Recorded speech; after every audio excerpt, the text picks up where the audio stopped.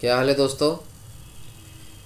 तो कैप्शन पढ़ के आप समझ ही गए होंगे कि आज का टॉपिक क्या है। कॉलेरा।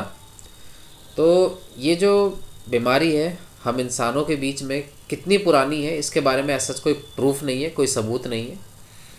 लेकिन इसका पहला केस कह लो या कह लो इसका ओरिजिन जो है वो इंडिया ही रहा है, हमारा देश भारत। और इसका पहला केस जो मिला था वो था गैंजेस जो है उसके पास, यानी कि जो गंगा जी की जो पूरी रूटीन है, स्पेशली जो बांग्लादेश और वेस्ट बंगाल है उसके पास मिला था। कहा जाता है कि ये जो बैक्टीरिया है विब्रियो कॉलराई, ये हेलोफिलिक होता है, यानी कि कह लो नमक वाला पानी, सलाइन नेचर थोड़ा इसको पसंद आता है। तो ऐसा एजम्पशन है कि बे ऑफ बंगाल से जो स्वीट वाटर में जो ट्रांसफ़र हुआ होगा कुछ पानी, उसके थ्रू ये बैक्टीरिया लोगों तक पहुंचा है। यानी कि खारे पानी से जब मीठे पानी में थोड़ी मिक्सिंग हुई हो जाती कई बार, उस दौरान ये बैक्टीरिया ये लोगों तक पहुंच गया होगा। तो इसका पहला रिपोर्टेड केस इंडिया में 1563 में मिला था। ठीक है। तो इंडिया में तो केसेस बढ़ते रहे कॉलरा के, लेकिन फर्दर जब इंडिया से बिजनेस या कह लो व्यापार बढ़ा यूरोप का, इंग्लैंड का, तब 19 सेंचुरी हो चुका था। तो 19वीं सेंचुरी में यानी 19th सेंचुरी में ये डिज़ीज़ धीरे धीरे यूरोप में भी पहुंच गया। यूरोप के अंदर पहुंचा पानी के जहाज़ से, और फिर यूरोप के अंदर और जो ट्रांसपोर्ट होते हैं जैसे लोकल जो भी तांगा वांगा जो भी चलता था उस टाइम पे, कार वार, उससे लोगों के बीच में फैलता गया। तो यूरोप में तो फैल गया। फिर करीब 1854 में ये लंदन पहुंचा ये बीमारी, कॉलेरा। ठीक है। तो लंदन में एक शहर है सोहो, सोहो नाम की जगह है। तो उसमें जो ब्रॉड स्ट्रीट है, जो ब्रॉड स्ट्रीट नाम की कह लो गली है, उस वो बेसिकली एक स्लम एरिया था लंदन का उस समय। हालांकि इसके बारे में सारी फ़ोटो पिक्चोग्राफी सारा कुछ है बढ़िया से, अभी बस कहानी सुनो, मज़ेदार है ये कहानी। तो सोहो के ब्रॉड स्ट्रीट में जो ये बीमारी फैल रही थी कॉलरा की, बड़े धड़ल्ले से, रोके ना रुक रही थी। तो समझ नहीं आने पे एक जॉन स्नो थे, एक जॉन स्नो नाम के कह लिए फिजिशियन थे। ये जॉन स्नो आपके वो गेम ऑफ थ्रोन वाला नहीं है, ठीक है, ये दूसरा है। तो जॉन स्नो थे, उन्होंने इस बीमारी के पीछे पड़ गए कि भाई ऐसी आखिर ये है क्या चीज़, आखिर ये चीज़ कैसे हो रही है लोगों को। उन्होंने पीछे पढ़ पढ़ के एक चीज़ ऑब्जर्व किया, पूरा मैप उन्होंने उस एरिया का मंगवा लिया और मैप में उन्होंने स्टडी किया कि आखिर क्या कॉमन है इन लोगों के बीच में ये जो बीमारी फैल रही है। तो उन्होंने मैप में एक चीज़ स्टडी की कि इस जो ये सोहो का जो ये ब्रॉड स्ट्रीट है, इसी में पर्टिकुलरली बीमारी जो है बड़ी रैम्पेट है, लेकिन और बाकी जो सोहो का एरिया है उसमें बीमारी काफ़ी कम है। तो इन्होंने अंदाज़ा लगाया कि इन सब में क्या कॉमन है। हवा सब में कॉमन है, खाना भी ऑलमोस्ट कॉमन है, पानी, बचा पानी। सब लोग एक ही जगह कहीं ना कहीं आप आसपास के फैक्ट्रीज़ में काम भी करते थे, क्योंकि भाई स्लम एरिया था, तो थोड़े बहुत समझ ही रहे हैं आप, थोड़े पुअर जैसे लोग होते हैं जो सोशली इकोनॉमिकली चैलेंज्ड होते हैं, उन लोगों की क्या बात हो रही होती है। तब जब जॉन स्नो जी ने देखा कि ये जो ब्रॉड स्ट्रीट के लोग हैं वो एक पर्टिकुलर हैंडपम्प से पानी विड्रॉ करते हैं और उसी पानी को पीते हैं बिना उबाले बिना छाने। ठीक है। तो पता था नहीं कि भाई आखिर ये बीमारी बैक्टीरिया से है, वायरस से है, या हवा से है, या किससे, पता नहीं। तो उन्होंने ये गुहार लगाई कि ये जो हैंडपम्प है इसी में कोई दिक्कत है, इसके पानी में दिक्कत है, तो इसका जो हैंडपम्प है ये निकाला जाए या इसका हैंडल तोड़ दिया जाए। बहुत लोगों को इनका विरोध किया गया, उनको बोला गया आप थोड़ा दिमाग का इलाज कराओ, ये भी कहा गया उन्हें, बट उन्होंने पीछे पड़े रहे। और जैसे कि हैंडपम्प का हैंडल निकाल दिया गया, ये बीमारी की जो कॉलरा की बात कर रहा हूँ उसके केसेस ड्रास्टिकली गिर गए नीचे। एकदम से केसेस आना, एकदम से डिक्लाइन हो गए केसेस इसके। तो इसलिए इनको इस चीज़ का पायनियर कहा जाता है, एक बहुत बड़ा योद्धा टाइप का मान लो कहा जाता है कॉलरा को, पहला अटेम्प्ट में क्लियर करने के लिए। तब उसके बाद शहरों में कई बार काफ़ी कुछ बदलाव आए, इसके कॉलरा के रिगार्डिंग चेंजेस, लोगों के बीच में अवेयरनेस फैलाई गई, क्या करना है क्या नहीं करना है वो सब बताया गया। तो खैर आप सभी का स्वागत करता हूँ आपके अपने YouTube channel MLT study MLT में, या MLT क्लासेस में बाय सुमन कुमार। इस चैनल पे आए हैं आप तो प्लीज़ इस चैनल को सब्सक्राइब करें, वीडियो को शेयर करें, हैं, लाइक करें इस वीडियो को, ठीक है, फॉरवर्ड करें सबको। इस चैनल का अपना इंस्टाग्राम चैनल है @studyMLT255, ठीक है। तो चलिए आगे इस लेक्चर में बढ़ते हैं भैया। ये देखिए, ये लंदन के उस टाइम पे सोहो एरिया का हाल था, ब्रॉड स्ट्रीट जिसका नाम बोला गया था ना, उसका हाल था। ठीक है, कुछ पता नहीं लग रहा था क्या करना है क्या नहीं करना है, कौन जिए कौन मरेगा। और आज वो स्लम एरिया देखो कितना बढ़िया है। हमारे हिंदुस्तान का हाल देख लो कैसा है आज। ये लगता है कहीं भी कि ये स्लम एरिया, कोई कह नहीं सकता। ये देखो, डिहाइड्रेशन से बंदे की बदन कुछ इस तरीके से नील पड़ जाती है, यानी कि नीला पड़ जाता था शरीर। इवन ये देख रहे हो, ये जो बंदे ने हाथ से खींच के जो स्किन रखा है, और वो स्किन देखो कैसे बेंड हो गया, वापस अपने एरिया पे नहीं एक्सपैंड कर पाता। This is the true sign of dehydration. पूरा शरीर ऑलमोस्ट नीला पड़ जाता था। ये है मिस्टर जॉन स्नो, जिन्होंने यही वो ऐतिहासिक पंप है जिससे लोग उस टाइम पानी पीते थे और कॉलरा फैलाते थे। ठीक है, इसी पंप का ये जो देख रहे हो हैंडल, यहाँ पे एक हैंडल था जिसको निकलवा दिया गया था। बिल्कुल देख रहे हो कितने गुस्से में देख रहे हैं इस हैंडपम्प को। ऐसा लगा सनी देओल की तरह मैं भी इस हैंडपम्प का हैंडल निकाल दूंगा। इनके मन में ये आ गया कि भैया अब तो मैं छोड़ूंगा नहीं इस हैंडपम्प को, इसको उखाड़ दूंगा सनी देओल की तरह और सारी बीमारी रोक दूंगा। खैर मजाक एक तरफ है, लेकिन इसको हटाने के बाद लंदन में बहुत ड्रास्टिकली चेंज आया। काफ़ी ऐसे बैनर है ना, पोस्टर जगह जगह लगाए गए कि भाई गर्म करके पानी पियो, कैसे क्या करना है, क्या खाना है, खाना प्रॉपर खाओ। और ऐसे ना डराने वाले पोस्टर भी यूज़ किए गए कि जो हैंडपम्प का पानी पिएगा वो मौत का सौदागर है और वो बाकियों में मौत का पानी बांटेगा या कह लो जहर बांटेगा। ऐसे करके लोगों को डरा डरा के भी अवेयर किया गया, प्लस नॉलेज दे दे के भी अवेयर किया गया।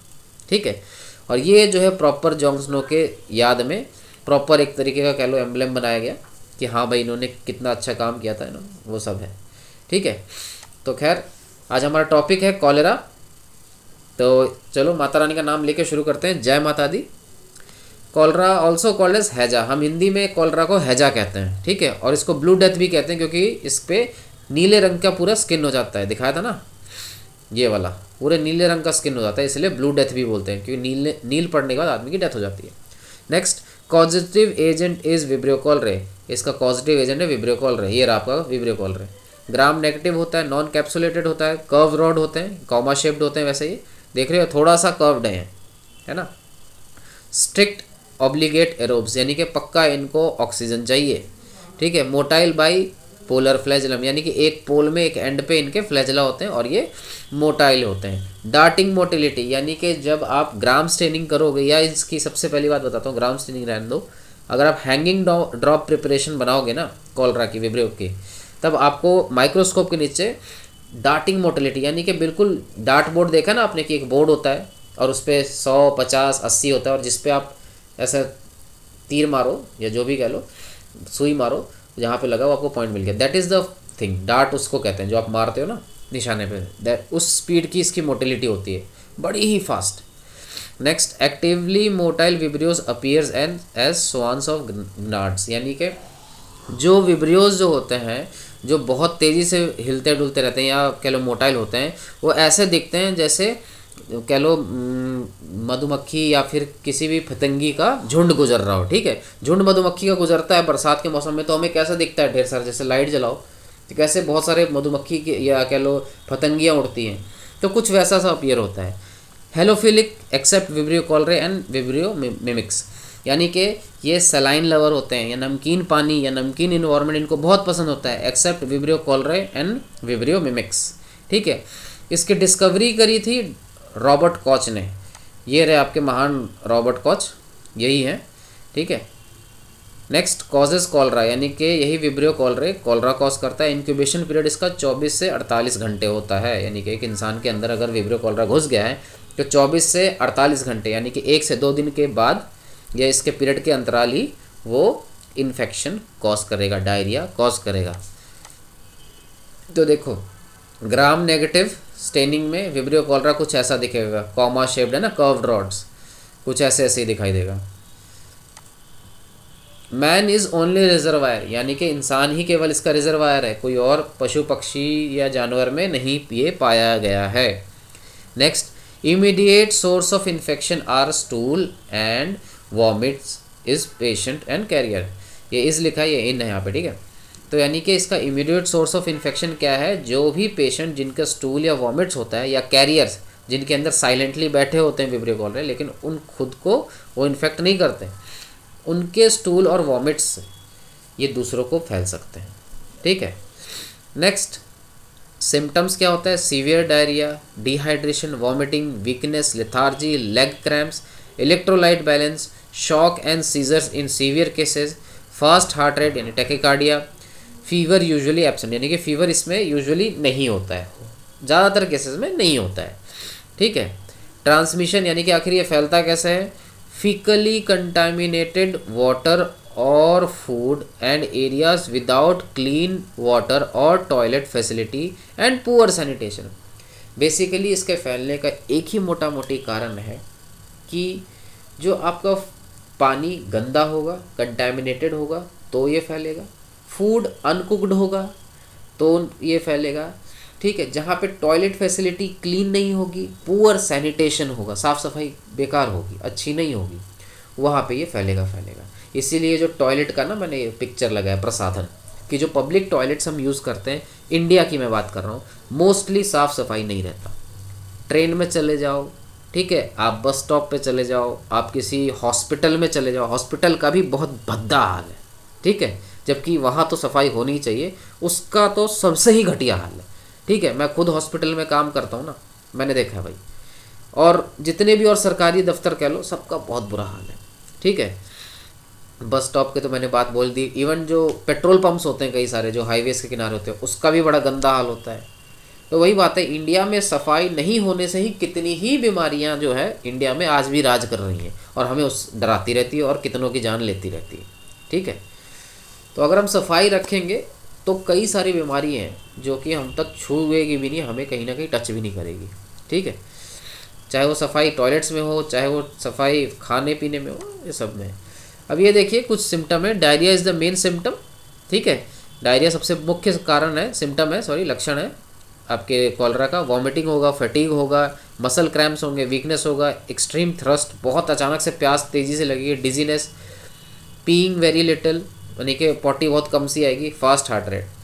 मसल क्रैम्प क्यों होंगे? ऑब्वियसली इलेक्ट्रोलाइट इम्बैलेंस हुआ है, डायरिया आपको पानी निकलेगा, दस्त होगा, सारे इलेक्ट्रोलाइट निकलेंगे, तो मसल में जब इलेक्ट्रोलाइट इम्बैलेंस होगा तो क्रैम्पिंग करती है मसल, ठीक है। वीकनेस, अगेन वाटर गया तो वीकनेस जगह आएगी। एक्सट्रीम थ्रस्ट आएगा because you are getting dehydrated very fast. Dizziness भी वही कहीं ना कहीं इलेक्ट्रोलाइट इम्बैलेंस का ही कारण है ये, और फर्स्ट हार्ट रेट भी उसी का कारण है, यानी कि डिहाइड्रेशन के कारण ही होता है। Next, lab diagnosis. तो लैब डायग्नोसिस में हम क्या देखेंगे? सबसे पहला सैंपल हमें किस चीज़ की ज़रूरत है? तो ऑब्वियसली स्टूल सैंपल और रेक्टल स्वैब हमें चलेगा। इसका सबसे पहला स्टूल का कैरेक्टर होता है राइस वाटर स्टूल, यानी कि जैसे चावल के पानी होता है ना, तो कुछ कुछ वैसा सा इसका स्टूल का अपीयरेंस होता है। No blood with few mucus, यानी कि ब्लड नहीं होता उस राइस वाटर स्टूल में, बट कुछ म्यूकस सा रहता है सामान। इन ऑफेंसिव ऑर्डर, यानी कि राइस वाटर स्टूल सैंपल से कोई भी ऐसा गंदे बदबू ना, फिशी या जैसे गंदा सा स्मेल होता है स्टूल में नहीं आता है, ठीक है। Collect stool sample in wide mouth container and transport in transport media. वही बात है, वाइड माउथ कंटेनर में ही स्टूल सैंपल विड्रॉ करेंगे ताकि इधर उधर ना गिरे। छोटे माउथ में कलेक्शन में दिक्कत होती है। अब कल्चर लगाएंगे इसी स्टूल सैंपल का। कल्चरल कैरेक्टरिस्टिक्स क्या होते हैं इस विब्रियो कॉलरा के, पहले हम वो देखते हैं। नॉन न्यूट्रिशनली फास्टिडियस, यानी कि इसे कोई पक्का न्यूट्रिशन नहीं चाहिए, जैसे सीरम, ब्लड, ठीक है, कोई एग, ऐसा कुछ भी इसको नहीं चाहिए। नॉर्मल से भी ये ग्रोथ दिखा सकता है, ठीक है, but grows well on alkaline medium pH 8.2 exactly. बस pH का ये थोड़ा पागल है, इसको pH चाहिए एल्कलाइन 8.2, तो ये ग्रो अच्छे से करेगा। बाकी थोड़ा सा सेलाइन नेचर दे दो, क्योंकि भाई हेलोफिलिक होते हैं कई सारे। 0.5 to 1% NaCl is required. Susceptible to heat drying, बस हाँ, हीटिंग नहीं करनी वरना ये विब्रियो कॉलरा मर जाएगा, ठीक है। लंदन की बात बता रहा हूँ, पहला जब जॉन स्नो ने जब पहली बार बताया कि भाई ये गंदे पानी से हो रहा है, पानी उबाल के पियो, तो यही हीट ड्राइंग था। सबसे पहला डोज यही निकाला था कि पानी उबाल के पियो। ये जो है आपका, ये देखो कुछ ऐसा राइस वाटर स्टूल, ये ओरिजिनल स्टूल है डायरियल पेशेंट का, यानी कि कॉलरा के पेशेंट का। ये स्टूल देखो, स्टूल कितना ही दिख रहा है, पानी पानी दिख रहा है बस। ये देखो, ये भी वही है, ये डायरियल स्टूल है पूरा राइस वाटर की तरह है।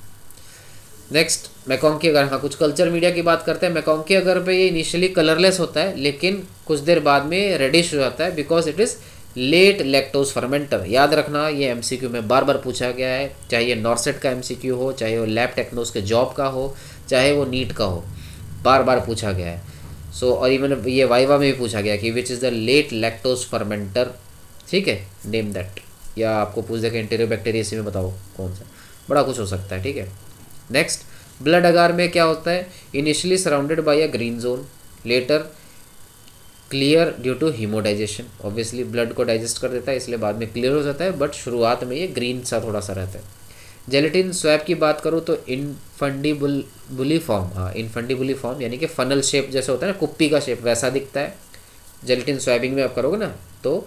और नैपी फॉर्म यानी कि टर्निप शेप, टर्निप देखा है ना आपने, शलगम टाइप का होता है, हिंदी में शलगम कहते हैं, शलगम के आकार का होता है। एंड लिक्विफैक्शन अकर्स यानी कि थोड़ा बहुत जेलेटिन जो जेली होता है उसको थोड़ा बहुत लिक्विफाई कर देता है। अब ये जो नीचे आप देख रहे हो विब्रियो कॉलराई का क्या होता है, ट्रांसपोर्ट मीडियम, एनरिचमेंट मीडियम और प्लेटिंग यानी कि सेलेक्टिव मीडिया के नाम दिए गए हैं। ट्रांसपोर्ट मीडियम में देख लो वेंकटरमन वीआर मीडियम जिसे कहते हैं, कैरिब्लेयर मीडियम हो गया है, ऑटोक्लेव्ड सी वाटर होता है, ठीक है, और एल्कलाइन पेप्टोन वाटर भी होता है ट्रांसपोर्ट मीडियम में, और एनरिचमेंट मीडियम में भी आपका एल्कलाइन पेप्टोन वाटर काउंट होता है। बाकी मॉन्सून टोरोकोलेट पेप्टोन वाटर भी है। बाकी प्लेटिंग सेलेक्टिव मीडिया में हो गया आपका एल्कलाइन बाइल सॉल्ट अगार, ठीक है, मोनोसोर्स जेलेटिन टोरोकोलेट अगार, ठीक है, ट्रिप्टिकेस टेलोराइट अगार, गट्टा इसे कहते हैं, GTTA गट्टा इसे कहते हैं कई लोग लैब में शॉर्ट फॉर्म में, बट ये याद रखना। TCBS भी होता है, बड़ा अच्छा है, TCPS तो कई जगह यूज़ भी होता है ये, ठीक है। तो ये सबके नाम याद रखना ऑलमोस्ट, ठीक है, ये वाइवा में बहुत बार पूछे जाते हैं, जॉब का हो चाहे जो BSc के पेपर का हो, MSc के पेपर का हो या नॉर्सेट में हो, ये पक्का पूछा जाता है लैब रिलेटेड क्वेश्चंस में। ये देखो ये है TCBS आपका, इसके ऊपर देखो कॉलोनीज है, ये सारी येलोइश कलर की है, ठीक है, लाइट येलो कलर की ये विब्रियो की कॉलोनी है TCBS पे, ठीक है। नेक्स्ट लैब फाइंडिंग, अगर आप ब्लड ड्रॉ करोगे एक कॉलरा के पेशेंट का तो आपको क्या क्या चेंजेस मिलेंगे, न्यूट्रोफिलिया यानी कि न्यूट्रोफिल्स बढ़े हुए मिलेंगे, हिमेटोक्रिट बढ़े हुए मिलेंगे, बन और क्रेटिनिन बढ़े हुए मिलेंगे, एनायन गैप यानी कि इंक्रीज मिलेंगे, एनायन यानी कि कौन से होते हैं आप ही बताओगे, ठीक है, क्या है, रिड्यूस्ड बाइकार्बोनेट लेवल यानी कि बाइकार्बोनेट लेवल रिड्यूस मिलेंगे। खैर चलो मैं ही बता देता हूँ, एनायन गैप होता है ये जो नेगेटिवली चार्ज आपके इलेक्ट्रोलाइट्स होते हैं ना उनके गैप्स बढ़ जाते हैं यानी कि वो कम होने लगते हैं, ठीक है। नेक्स्ट है एसिडोसिस यानी कि एसिड बढ़ने लगता है आपके बॉडी में, ठीक है, pH डाउन होने लगता है आपके ब्लड का, ठीक है। तो नेक्स्ट बायोकेमिकल्स हम कौन कौन से लगाते हैं, फर्मेंट्स कार्बोहाइड्रेट विथ गैस प्रोडक्शन, ठीक है, जितने कार्बोहाइड्रेट्स हैं ऑलमोस्ट ये सबको फर्मेंट करता है बट साथ में गैस भी बनाता है। कॉलरे रेड रिएक्शन, हाँ कॉलरे रेड रिएक्शन भी कॉज करता है एक, या कह लो इसका एक बायोकेमिकल है। इसमें पहला हम क्या लगाते हैं, दो टाइप के हम इसमें रिएक्शन देखते हैं, पहला indole formation and nitrates reduction, ठीक है, ये इंडोल का फॉर्मेशन करता है और नाइट्रेट को रिड्यूस करता है। अब ये करते हम कैसे हैं, H2SO4 के कुछ बूंद डालते हैं पेप्टोन वाटर कल्चर में और उसके बाद रेडिश पिंक कलर आने लगता है, तो इससे हो जाता है कॉलरे रेड रिएक्शन, ठीक है, अगर कॉलरे होगा तो रेडिश पिंक कलर आएगा, ठीक है। Next catalase positive oxidase positive होता है, डी कार्बोक्सीलेट्स लाइसिन एंड ऑर्निथिन यानी कि लाइसिन और ऑर्निथिन को डी कार्बोक्सीलेट कर देता है। जेलेटिन लिक्विफिकेशन हम पहले देख ही चुके हैं। पैथोजेनेसिस, आखिर ये काम कैसे करता है, ये बीमारी जो है या जो भी है ये कैसे काम कर रही है उसके बारे में ज़रा पढ़ते हैं। विब्रियो कॉलराई इज़ नॉन इन्वेजिव यानी कि खुद विब्रियो कॉलराई कुछ नहीं कर रहा, उसके बस की है नहीं बीमारी करना। Clinical disease is due to cholera toxin यानी कि बीमारी विब्रियो कॉलरा नहीं कर रहा है, लेकिन जो विब्रियो कॉलरा का जो टॉक्सिन है दरअसल तकलीफ उससे है, वही सबसे ज़्यादा क्लिनिकल डिजीज़ कर रहा है। विब्रियो कॉलरा जैसे कि कई बार होता है खुद कुछ बैक्टीरिया या पैरासाइट आपके बॉडी में प्रॉब्लम करते हैं, लेकिन विब्रियो कॉलरा कोई प्रॉब्लम नहीं करता, विब्रियो कॉलरा के द्वारा छोड़ा हुआ टॉक्सिन आपके बॉडी में दिक्कत करता है। Next, cholera toxin attacks mucosal epithelium दस डायरिया अकर्स यानी कि कॉलरा टॉक्सिन होता है वो आपके म्यूकोजल मेम्ब्रेन को या म्यूकोजल एपिथेलियम को रप्चर करता है या कह लो अटैक करता है, जिसके कारण डायरिया होता है। आगे हम इसमें और एक पॉइंट है, खैर कैसे क्या होता है उसके बारे में है, खैर आगे और पढ़ते हैं। Next point, cholera toxin resembles heat लेवाइल टॉक्सिन ऑफ ई कोलाई, बहुत इंपॉर्टेंट है, कई बार MCQ में आया, खुद मेरे पेपरों में आया ये क्वेश्चन, ठीक है, कि ETEC को रिजेंबल कौन करता है यानी कि ये इसका फुल फॉर्म आपको पता ही होगा, इकोलाई समथिंग ऐसे करके, ठीक है, एंटेरोटॉक्सिक इकोलाई, ठीक है, ये फुल फॉर्म है। इसको रिजेंबल कौन करता है, तो यानी कि करता है आपका कॉलेरा टॉक्सिन, वो सिमिलर है इकोलाई के टॉक्सिन से।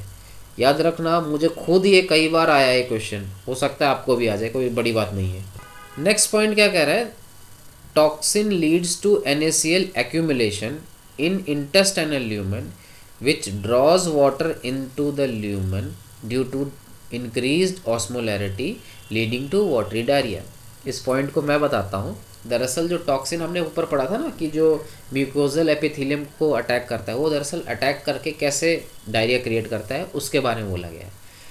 तो वो टॉक्सिन क्या करता है, इंटेस्टाइनल ल्यूमन में NaCl को एक्यूमुलेट कर देता है, ठीक है। ल्यूमन आपको पता है ना, मैंने बहुत पहले पढ़ा था, ये जो खाली हॉलो स्पेस होता है किसी भी पाइप का, उसको ल्यूमन कहते हैं। तो टॉक्सिन जैसे एपिथेलियम म्यूकोजल पे चिपक गया, उससे क्या करता है, सारा NaCl वो ल्यूमन में इकट्ठा कर देता है, ठीक है, और सारा पानी भी। फिर ल्यूमन क्या, NaCl का क्या प्रॉपर्टी होती है कि वो वाटर शेड करवाता है, ठीक है, नमक से पानी छूटता है।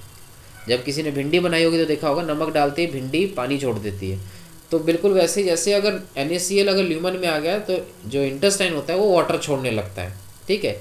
अब इससे क्या होता है, ऑस्मोलैलिटी बढ़ जाती है, यानी कि पानी के अंदर जो फ्लूइड है बेसिकली, उसके अंदर NaCl बढ़ जाता है, जिससे डायरिया धनाधन तेज होने लगती है, ठीक है। तो कुछ ऐसा है ये चीज़। नेक्स्ट, हाँ, ये है आपका गार्डनर एंड वेंकटरमन क्लासिफिकेशन, ठीक है। मैं आपको एक दिन बता दूँ ये चीज़ है क्या, ये कैसे काम कर रही है, ठीक है। हाँ, अब आ जाओ। तो खैर ये बहुत इंपॉर्टेंट है, याद रखना क्या है, कौन इन्फेक्शियस है कौन नहीं है, आपको क्वेश्चंस भी आएंगे इसके रिलेटेड, तो मेक श्योर आप याद रखना इसको। तो विब्रियो कॉलरा 2 ग्रुप में बांटा गया, ग्रुप ए ग्रुप बी में, ठीक है। ग्रुप ए बेसिकली क्या होता है, जिनके अंदर फ्लैजेलर एंटीजन यानी कि H एंटीजन कॉमन होते हैं, ठीक है। अब ग्रुप बी में ऐसा कुछ नहीं होते हैं, ठीक है।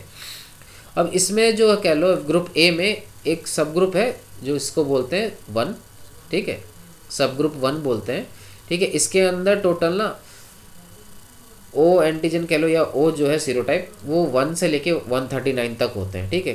खैर इसके बारे में अभी आगे और पॉइंट्स हैं, उसमें हम पढ़ेंगे उसको फर्दर। कह लो जो फर्स्ट वन है यानी कि O1 जो स्ट्रेन है, वो सबसे ज़्यादा मोस्टली कॉलरा कॉज करती है, ठीक है। और वो जो है 1 जो ग्रुप है वो क्लासिकल और एल्टोर में फर्दर डिवाइडेड है, ठीक है। और एल्टोर जो है वो 3 में और डिवाइडेड है सब स्ट्रेन्स में, ओगावा, इनाबान, हिकोजिमा। इंडिया में ओगावा बहुत मिलता है सीरोटाइप जो है। खैर इसको अभी देख लो, फोटो वोटो ले लो, उसके बाद मैं आपको आगे और बताता हूँ। हाँ, ये है सारा कुछ जो उस चार्ट में हमने पढ़ा था। देखो, group A possesses H antigen, ठीक है, जैसे मैंने बताया था। Vibrio cholera has O lipopolysaccharide, vibrio cholera के ऊपर O लिपोपॉलीसैकेराइड होता है। There are 139 O antigen groups, यानी मैंने जैसे बताया था ना, ये देखो 1 से लेके 139, इसके ग्रुप ए के 139 कह लो ग्रुप्स होते हैं, एंटीजन ग्रुप्स होते हैं। Next point, most of cholera cases are due to O1 strain which is non capsulated. मैंने बताया था ना, मोस्टली जो होता है O1 स्ट्रेन से ही कॉलरा कॉज करता है। जो स्ट्रेन O1 का है वही कॉलरा कॉज करता है, जो कि कैप्सुलेटेड नहीं है। Next, O139 is also called Bengal strain. O139 जो है उसको हम बंगाल स्ट्रेन कहते हैं। Next point, except O1 all other strains are NAG, यानी कि नाग जिसे कहते हैं। इसका फुल फॉर्म होता है non agglutinable vibrios as they don't agglutinate with O1 antiserum.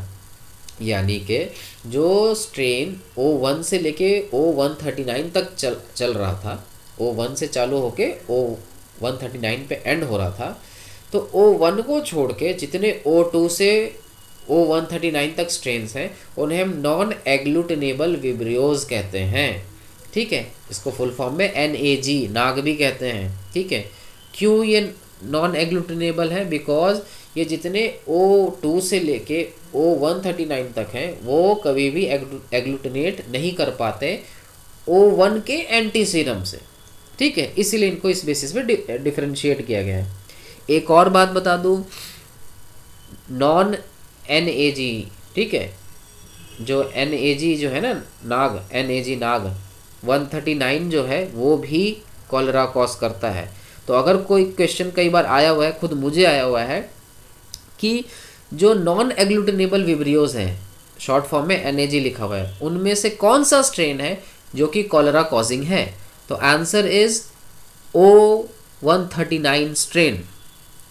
Direct मार देना इस पे, आंसर सही हो जाएगा, नंबर मिल जाएंगे, नौकरी मिल जाएगी तुम्हें, ऐश करना उसके बाद।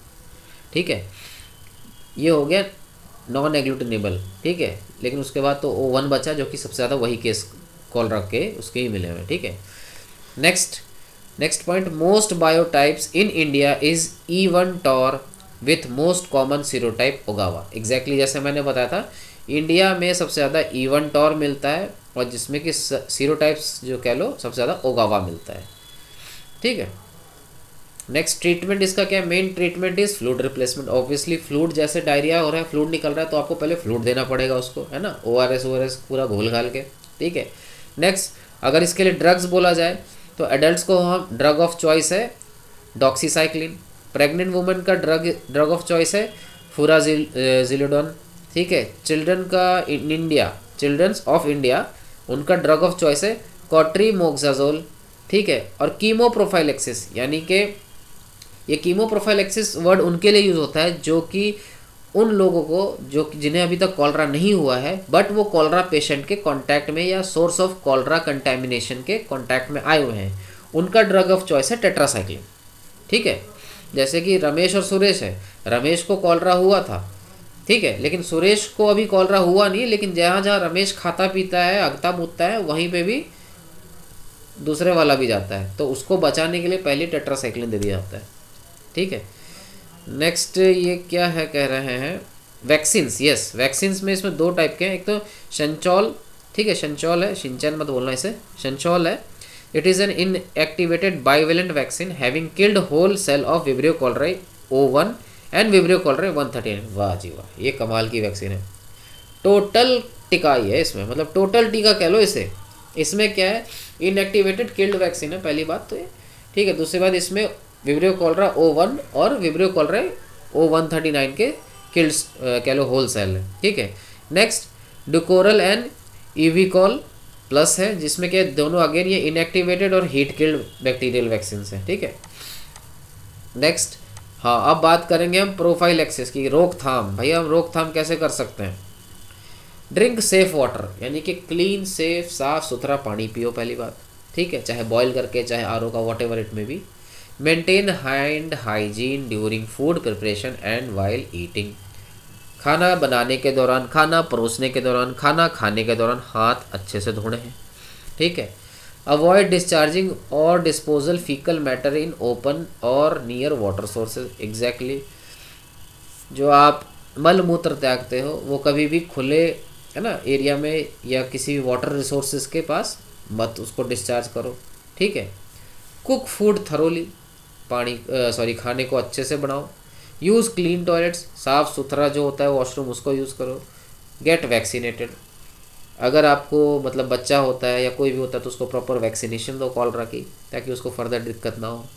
ये देखो जो बोला गया था ना, ये तीसरा पॉइंट डिस्चार्जिंग डिस्पोजल, उसका है ये लड़का यहाँ पे देखो कुएं से पानी निकाल रहा है, और इस कुएं से महज देख लो कितने पास में ही है ये लड़की 2 नंबर कर रही है, फीकल डिस्चार्ज कर रही है।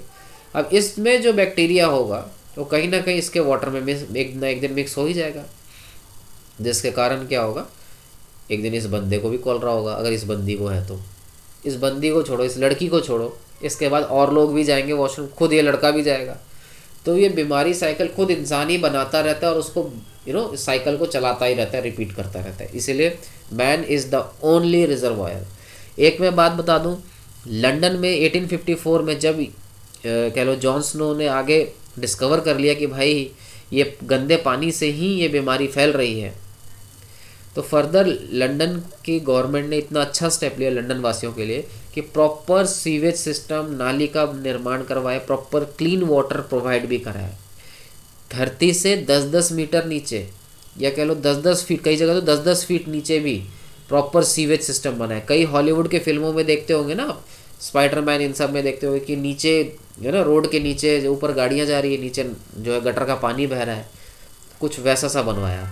और फिर दोबारा कभी कॉलरा लंदन को टच नहीं किया। हाँ एक बात बता दो, इससे पहले इस कंस्ट्रक्शन ये नाला वाला से बनने से पहले टोटल 7 पेंडेमिक्स आए थे कॉलरा के पूरी दुनिया में, जिसमें से भारत में कई बार मुझे लगता है 4 से 5 बार तो भारत में भी था। ठीक है, ये यमन में भी आ चुका है, यूरोप में तो बता ही चुका हूँ, चाइना में भी हो चुका है। तो कॉलरा करीब करीब पूरे धरती को कवर कर चुका है। 7 एपिडेमिक्स आए थे, सॉरी पेंडेमिक्स, 7 पेंडेमिक आए थे टोटल। यहाँ कोरोना का 3-4 में सोचो कितना बुरा हाल था। तो खैर एक बात बता दूँ, आज भी पूरे इंडिया में साफ़ और शुद्ध पानी मिलना एक बहुत बड़ा चैलेंज है। तो मैं सबसे रिक्वेस्ट करूँगा पानी को बचाओ, वेस्ट मत करो और साफ़ पानी प्रोवाइड करो। ये बच्चा कितना अच्छा लग रहा है देखो। तो एंड में मैं यही कहूँगा, बहुत बहुत थैंक यू यहाँ तक पहुँचने के लिए। अगर आपको ये लेक्चर बढ़िया लगा तो प्लीज़ लाइक करना, शेयर करना, सब्सक्राइब करना इस चैनल को, और कमेंट करना कुछ और इसमें सुधार चाहिए या कुछ और ऐड करना है या डिलीट करना है, या कोई और आपका फेवरेट टॉपिक हो जिस पे, या कोई डिजीज़ हो जिस पे मैं वीडियो बनाऊँ तो मुझे बनाना, मैं ज़रूर उस पर बनाऊँगा। Okay, all the best, thank you.